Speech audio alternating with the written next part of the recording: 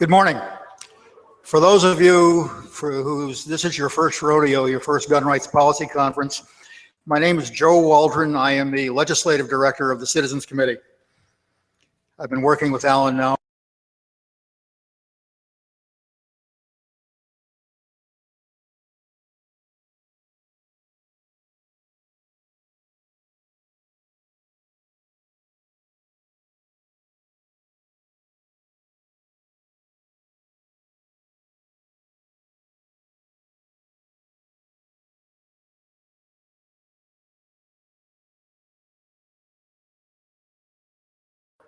Unless it's your lobbyist.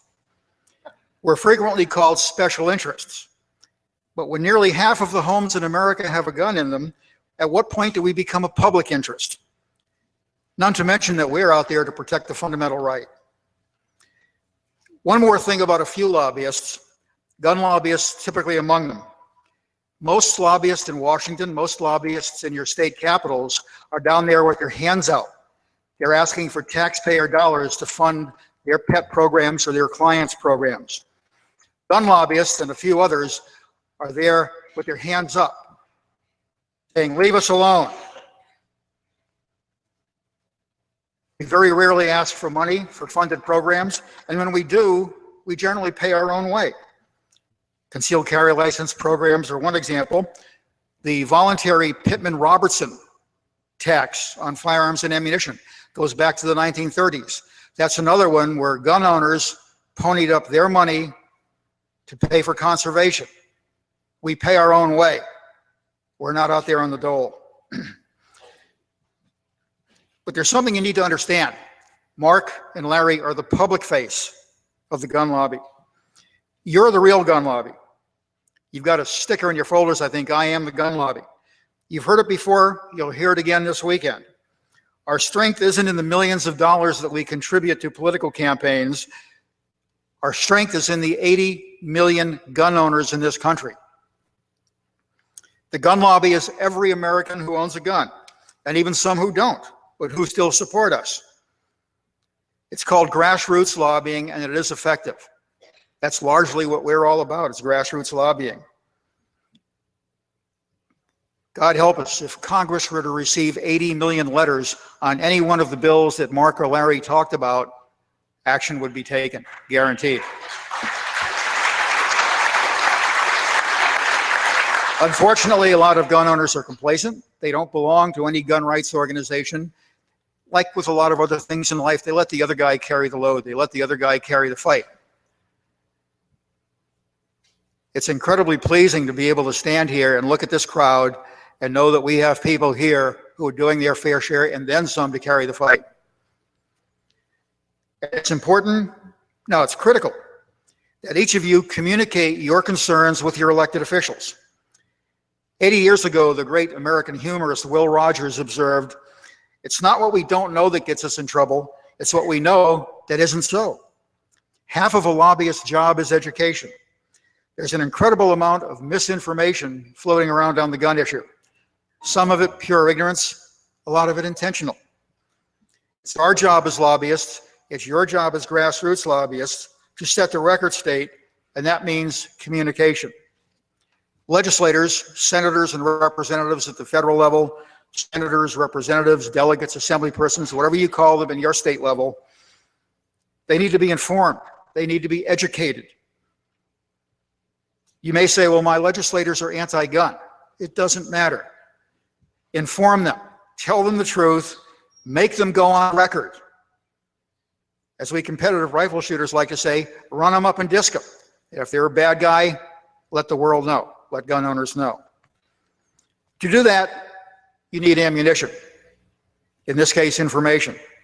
You'll be getting a lot of that right here at the GRPC, both in terms of the presentations, in panel discussions, and in the publications that you've been provided. But you have to remember, education is a continuing thing.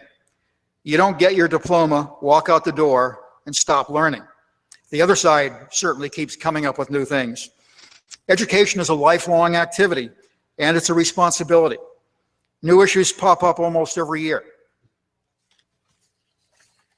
This is point blank. You've got a copy of it in your folders. This is the Citizens Committee's monthly newsletter to keep you informed on what's going on primarily in Washington, D.C.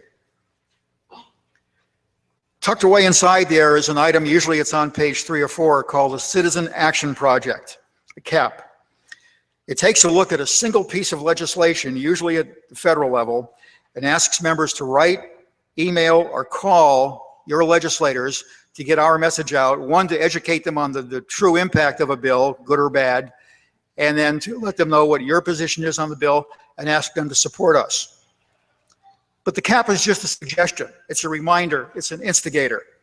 While we suggest a topic, you need to pick whatever pushes your button.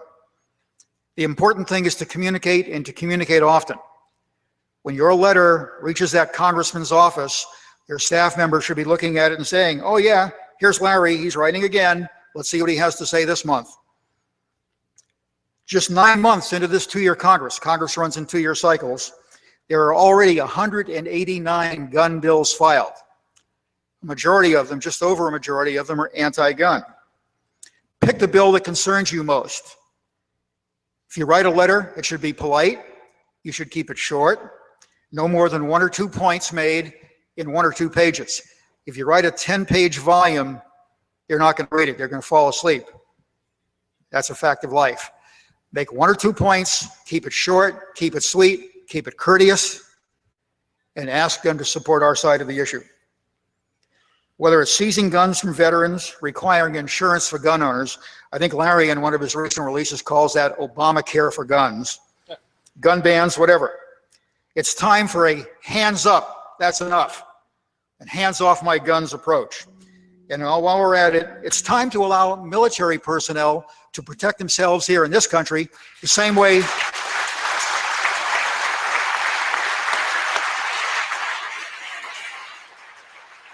they do overseas. The culture has changed. I retired from the Marine Corps 23 years ago. 3 separate times in my Marine Corps career, I had a federal firearms dealer's license. At one command, my commanding general came to my office to buy a firearm from me. Yeah.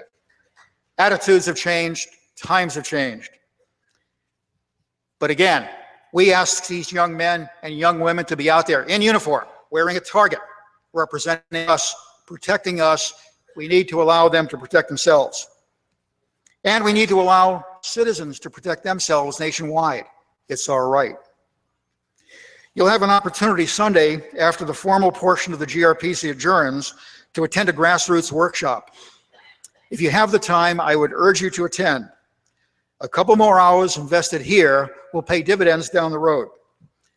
The best 2 hours that you spend here this weekend might just be Sunday afternoon after adjournment. Thank you.